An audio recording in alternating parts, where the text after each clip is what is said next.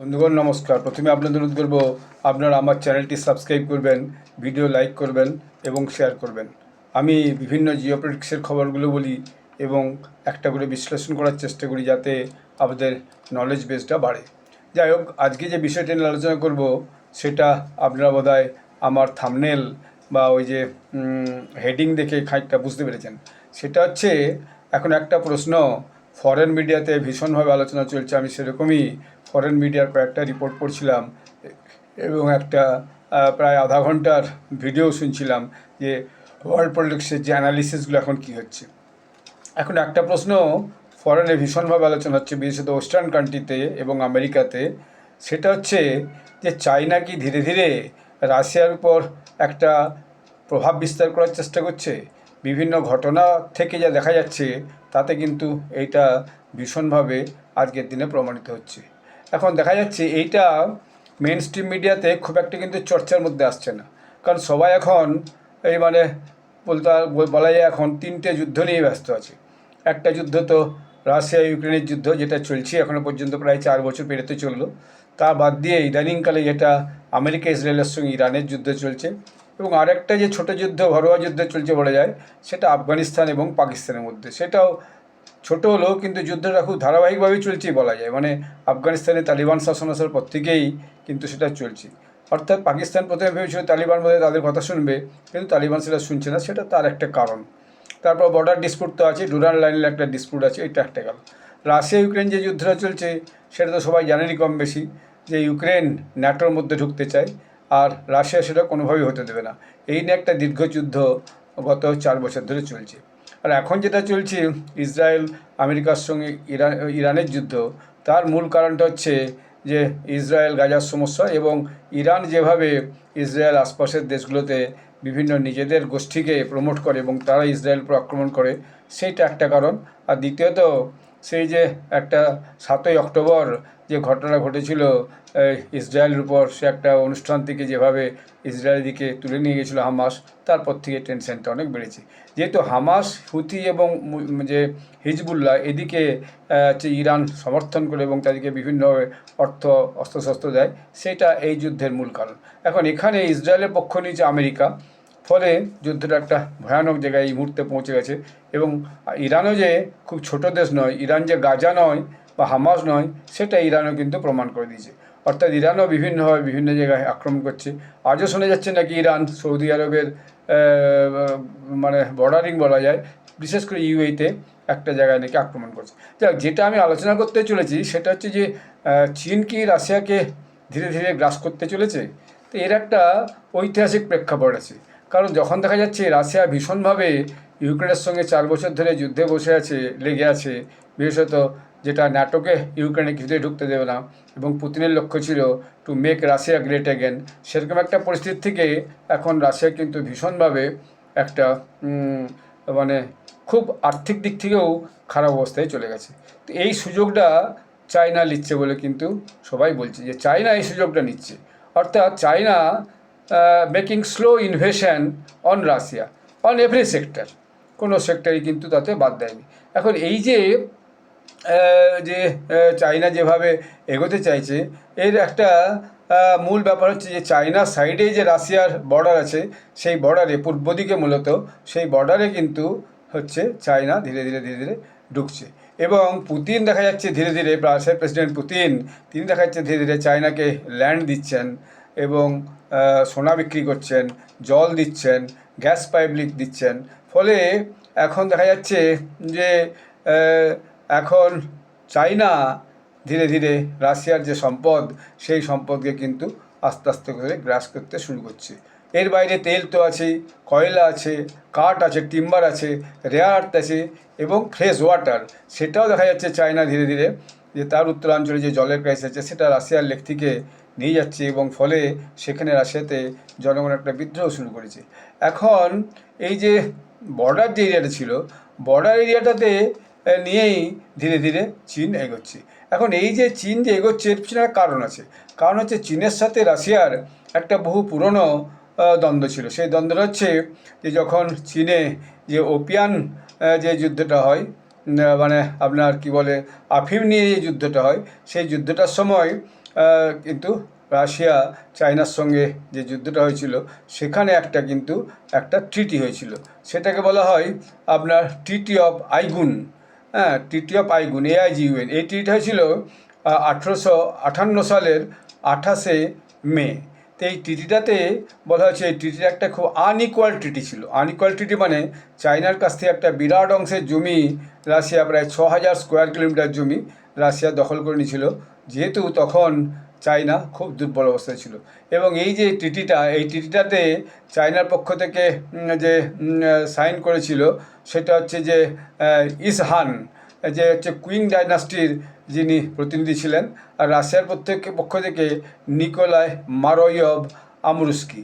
তো এই ট্রিটির ফলে দেখা যায় 60,000 স্কোয়ার কিলোমিটার টেরিটরি সেটা কিন্তু ওই আমুর রিভার থেকে চায়নাকে দিতে বাধ্য হয়েছিল।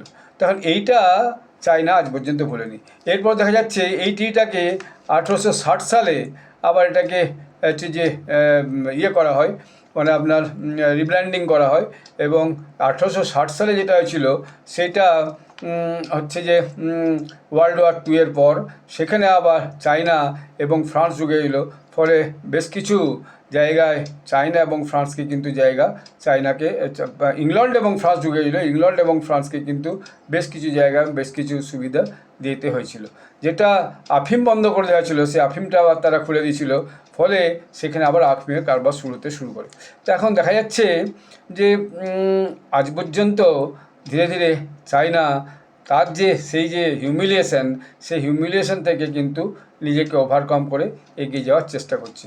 এবং চায়না যে আগামী দিনে রাশিয়ার বিভিন্ন ক্ষেত্রকে দখল করছে সেটা কিন্তু নতুন কিছু নয়। এখন চাইনিজ সিটিজেনরাও রাশিয়ার যে বর্ডার আছে বর্ডারের ভিতরে ঢুকে যেয়ে সেখানে বসতি স্থাপন করছে। এটা চায়নার কোনো নতুন কৌশল নয়। বর্ডারকে কীভাবে বাড়ানো যায়, অন্য দেশকে কীভাবে বিরক্ত করা যায় এবং অন্য দেশের বর্ডারে কী করে নিজেদের সৈন্য পাঠিয়ে দিয়ে যায়, এটা আমরা চায়নার পলিসিটা আমরা দেখেছি। ভারতের গালওয়ান বলুন বা অন্যান্য জায়গাতে যেভাবে চায়না ঢোকার চেষ্টা করছে সেটা একটা। আর চায়না পাকিস্তানেও ঢুকেছে, চায়না আফগানিস্তানেও ঢুকেছে, ওখান থেকে রেয়ার আর্থ মেটেরিয়ালস বা অন্যান্য যে মিনারেলস আছে সেগুলোকে তুলে নিয়ে যাওয়ার জন্য। তো চায়নার পলিসি একটু অন্যরকম। চায়না যুদ্ধবিগ্রহ না করে অর্থনৈতিকভাবে একটা দেশকে পঙ্গু করে সেখানে যে ঢুকে আস্তে আস্তে সেখানকার সব ব্যবস্থাটা কবজা করতে যায়। এটা চায়নাতে শ্রীলঙ্কাতেও দেখা গেছে। এখন এর মধ্যে দেখা যাচ্ছে যে রাশিয়ার বর্ডারেও চাইনিজ সিটিজেনরা ঢুকে সেখানে বসতে আরম্ভ করছে। পাকিস্তানের যেমন গদরপোর্টের পাশাপাশিও শোনা যায় যে চাইনিজ সিটিজেনরা নাকি ওখানে এসে আস্তে আস্তে থাকতে আরম্ভ করছে। শুধু নয়, চায়না ওখানে নাকি যে সৈন্যবাহিনীও পাঠিয়েছে যাতে ওদের যে সমস্ত কর্মীরা কাজ করছে তাদের যাতে কোনো অসুবিধা না হয়। এটা গেল চায়না। এর বাইরে নর্থ কোরিয়াও কিন্তু এই দুর্বলতার সুযোগটা নিয়ে আস্তে আস্তে করে চায়নাতে ঢোকার চেষ্টা করেছে। চায়না যেমন আর্থিকভাবে হচ্ছে যে রাশিয়াকে পঙ্গু করার চেষ্টা করছে, নর্থ কোরিয়া কিন্তু সেভাবে নয়। নর্থ কোরিয়া তার যে লোকজন মিলিটারি তাদেরকে পাঠাচ্ছে বা স্থানীয় লোকজনকে পাঠাচ্ছে, জবরদস্তি করে পাঠাচ্ছে, যাদেরকে রাশিয়ান ড্রেস পরে রাশিয়ার আইডেন্টি করে পাঠিয়ে দিচ্ছে। এবং রাশিয়া বাধ্য হচ্ছে সেই যে নর্থ কোরিয়ান যে সিটিজেন্স তাদেরকে হচ্ছে কি যে যুদ্ধক্ষেত্রে পাঠিয়ে দিচ্ছে। এবং বলা হচ্ছে যে একটা প্লেটু নর্থ কোরিয়ান যে সিটিজেন ছিল যারা গেছিলো তাদেরকে পর্যাপ্ত সুযোগ সুবিধা হয়নি, বেতন দেওয়া হয়নি। এবং একটা প্লেটুর প্রায় নাকি 6,000 যে নর্থ কোরিয়ান সেটা নাকি মারা গেছে ওই যে ইউক্রেন রাশিয়া যুদ্ধে। তো এটা কতটা সত্যি মিথ্যে এটা কোনো যাচ করে বলা যায়নি। তবে আস্তে আস্তে দেখা যাচ্ছে রাশিয়ান যে আর্মি তারা কিন্তু ইউক্রেনে আর যুদ্ধ করে পেরে উঠছে না, বহু মানুষ মারাও গেছে। ফলে রাশিয়া এখন দেখা যাচ্ছে যে ওই নর্থ কোরিয়ার যে মিলিটারি বলুন বা নর্থ কোরিয়ার সাধারণ মানুষ বলুন তাদেরকে হায়ার করছে ওখানে যুদ্ধক্ষেত্রে যুদ্ধ করার জন্য। এটা নতুন কিছু নয়। পাকিস্তানে যেমন তাদের সৈন্যকে বিভিন্ন জায়গায় হায়ার করতে পাঠায়, মানে ভাড়া দিয়ে পাঠায়, তো সেরকম নর্থ কোরিয়াও সেটা করছে। নর্থ কোরিয়া তো কিম জং উন ভয়ানক স্বৈরতান্ত্রিক একজন কমিউনিস্ট লিডার, তো তিনি আগামী দিনে হচ্ছে যে এইটাকে হয়তো প্রমোট করছেন নিশ্চয়ই, না এটা কীভাবে হবে। এখন এই যে এর পিছনে কারণটা কী?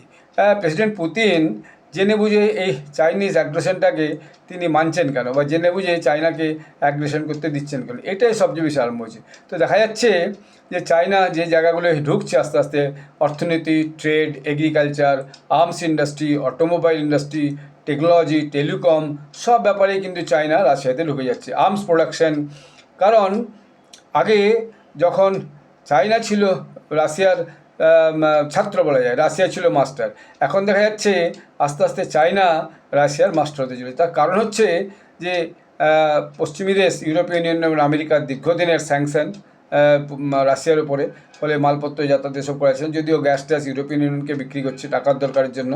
এখন দেখা যাচ্ছে গ্যাস পাইপলাইন কিন্তু বেশি করে এখন চায়নাতে যাচ্ছে, অর্থাৎ চায়না ধীরে ধীরে যে রাশিয়ান রিসোর্স, সেই রিসোর্সকে ভীষণভাবে কবজা করার চেষ্টা করছে এবং খুব কম দামে সেই সমস্ত গ্যাস ট্যাস কিন্তু কিনছে।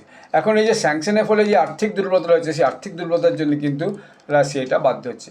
এখন রাশিয়ার যে মানে কারেন্সি, সেটা হচ্ছে রুবল এবং চাইনিজ কারেন্সি ইউয়ান। তো দেখা যাচ্ছে রাশিয়ান কারেন্সি রুবলের উপরে চাইনিজ কারেন্সি কিন্তু আস্তে আস্তে করে ভারী হয়ে যাচ্ছে ক্রমশ। শুধু এটাই নয়, যে আর্কটিকা আছে, অর্থাৎ যে সাইবেরিয়া আর্কটিকা, একদম একদম যে পাহাড়, মানে সমুদ্র, সরি, যে আপনার শীতপ্রবাহ, যেটা হচ্ছে বরফের প্রবাহ, যে আর্কটিকা আছে, যেটাকে নিয়ে যে গ্রিনল্যান্ড বলছিল ডোনাল্ড ট্রাম্প দখল করেছে, আর্কটিকাতে কিন্তু আস্তে আস্তে চায়না নিজেদের দখল বাড়াচ্ছে। যদি আর্কটিকাতে নিজেদের বেস বাড়ানো, নিজেদের বিভিন্ন ইনফ্রাস্ট্রাকচার বাড়ানো, সেটা রাশিয়া করেছে, কিন্তু সেই ইনফ্রাস্ট্রাকচার আজকে চায়না তাদের কাছে হচ্ছে যে ধীরে ধীরে নিজেদের দখলে আনছে, কবজাতে আনছে। এবং এটা খুব একটা সাইলেন্ট ইনভেশন, অর্থাৎ আর্থিকভাবে পঙ্গু একটা দেশ ধীরে ধীরে রাশিয়া, তাকে কীভাবে আর্থিক সাহায্য দিয়ে এবং বিভিন্ন সেক্টরে বিভিন্ন কোম্পানিকে ঢুকিয়ে দিয়ে সেখানকার যে বাজারটাকে টেক আপ করা, সেখানকারের যে আভ্যন্তরীণ ব্যাপারটা, সেটাকে নিজেদের কবজে ধীরে ধীরে নিয়ে আসে। এমনকি দেখা যাচ্ছে রাশিয়ান ব্যাংকিং সিস্টেমও আস্তে আস্তে চায়নার যে টেকনোলজির বশ হয়ে গেছে। ফলে যে কোনো সময় চায়না যদি শি জিনপিং যদি মনে করে যে রাশিয়ান মার্কেটকে ক্রাশ করে দেবে, রাশিয়ার ব্যাংকিং সিস্টেমকে ক্রাশ করে দেবে, সেটাও কিন্তু তিনি পারেন। অর্থাৎ রাশিয়া ডিজিটাল লিস্ট দিয়েও কিন্তু বসে গেছে। তো এই যে ডিজিটাল লিস্ট দিয়ে বসে যাওয়ার ফলে এটা কিন্তু রাশিয়ার কাছে একটা মস্ত বড় সমস্যা। অর্থাৎ সবটাই এখন চায়না, মানি ট্রানজ্যাকশন বলুন, তো সেটা কিন্তু সব চায়না নিয়ন্ত্রণ করবে, রাশিয়ার নিয়ন্ত্রণ আর থাকছে না। আর ব্যাপারটা হচ্ছে কি, এখন আর প্রেসিডেন্ট পুতিনের কিছু করণীয় নেই, কারণ আর্থিকভাবে এত দুর্বল হয়ে পড়েছে রাশিয়া যে তার কিছু করণীয় নেই। শুধু এই নয়, এর সঙ্গে দেখা যাচ্ছে রাশিয়া থেকে যে মেরিট, অর্থাৎ সায়েন্টিস্ট, ফিজিস্টস এবং অন্যান্য যে সমস্ত হাইটেক লোকজন আছে, তারা ধীরে ধীরে রাশিয়া ছেড়ে দিয়ে চায়নাতে চলে যাচ্ছে এবং সেখানে যে কাজ করতে, অর্থাৎ চায়নার যে মেরিটোরিয়াস লোকজন, যেটাকে আমরা বলি ব্রেন ড্রেন, সেই ব্রেন ড্রেনটা কিন্তু এখন সবচেয়ে বেশি রাশিয়ার থেকে চায়নাতে যাচ্ছে। কারণ ইউরোপিয়ান ইউনিয়নের দেশগুলোতে বা আমেরিকাতে তাদের প্রবেশ নিষিদ্ধ, তো ফলে সব কিন্তু চায়নাতে ঢুকছে। তো ধীরে ধীরে দেখা যাচ্ছে যে রাশিয়ার উপর নর্থ কোরিয়া তার যে সৈন্য বা মানুষ পাঠিয়ে একটা ইনভেশনের চেষ্টা করছে। আর অন্যদিকে হচ্ছে কি যে চায়না সমস্ত দিক থেকে রাশিয়াকে পূর্ব, পশ্চিম, উত্তর দিক থেকে সব দিক থেকে কিন্তু ঘিরে নেওয়ার চেষ্টা করছে। এটাকে নিয়ে বিভিন্ন রিসার্চ ইনস্টিটিউট ইউরোপিয়ান ইউনিয়নের দেশগুলোর মধ্যে, ইউক্রেনের মধ্যে, আমেরিকার মধ্যে, তারা কিন্তু এই সমস্ত রিপোর্টগুলো ইদানিংকালে করছে। এই রিপোর্টগুলো প্রেসিডেন্ট পুতিনের কাছে পৌঁছচ্ছে কিনা জানো, অথবা তার সব কিছু জেনে শুনেও এই মুহূর্তে আর কিছু করার নেই। তো আগামী দিনে হয়তো প্রেসিডেন্ট পুতিন এইভাবে চায়নার কাছে বস্ত্র স্বীকার করে নিজের দেশের যে সোভারেন্টি, সেই সোভারেন্টিটাও হয়তো বন্ধক দিয়ে ফেলবেন। দেশের সম্পদ যদি ধীরে ধীরে চলে যায়, দেশের ল্যান্ড যদি চায়নার কাছে ফিরে চলে যায় বা চায়নার দখলে এসে যায় ঘুরিয়ে ফিরিয়ে, চাইনিজ বসতি যদি রাশিয়ার বিভিন্ন যে বর্ডারিং শহরে বা বসতি করতে শুরু করে, তার মানে it is one kind of invasion two Russia. তো রাশিয়া আগামী দিনে এর ফল ভুগবে, রাশিয়ার জনগণ ফল ভুগবে।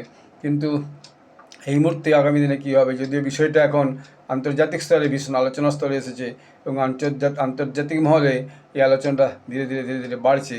তো আগামী দিনে এটা কোন পর্যায়ে পৌঁছায়, ইউক্রেন রাশিয়ার যুদ্ধ শেষ হয় কিনা, এবং আবার নতুন করে সারা পৃথিবীর যে ইউরোপিয়ান ইউনিয়ন এবং যে আমেরিকার সঙ্গে রাশিয়ার সম্পর্কটা যদি বৃহত্তর অর্থে এবং স্বার্থে যদি মিটমাট হয়ে যে পুনরায় চালু হয়, তখন হয়তো রাশিয়া আবার ধীরে ধীরে ঘুরে দাঁড়াতে পারবে। কিন্তু কতদিন পরে লাগবে সে সময়টা বলা বড় মুশকিল, কারণ Chinese aggression in every sector on Russia increased heavily. তো এইটা আজকের আলোচনার একটা খুব বিষয়বস্তু, এটা জিওপলিটিক্সের একটা খুব গুরুত্বপূর্ণ খবর। তো আমি এটা শুনলাম, জানলাম, কয়েকটা সার্চ করে পড়েও দেখলাম, পড়ে দেখে আমি বললাম এইটা একটা ব্লগ করে আপনাদেরকে জানাই। আপনারা সবাই ভালো থাকবেন, ধন্যবাদ।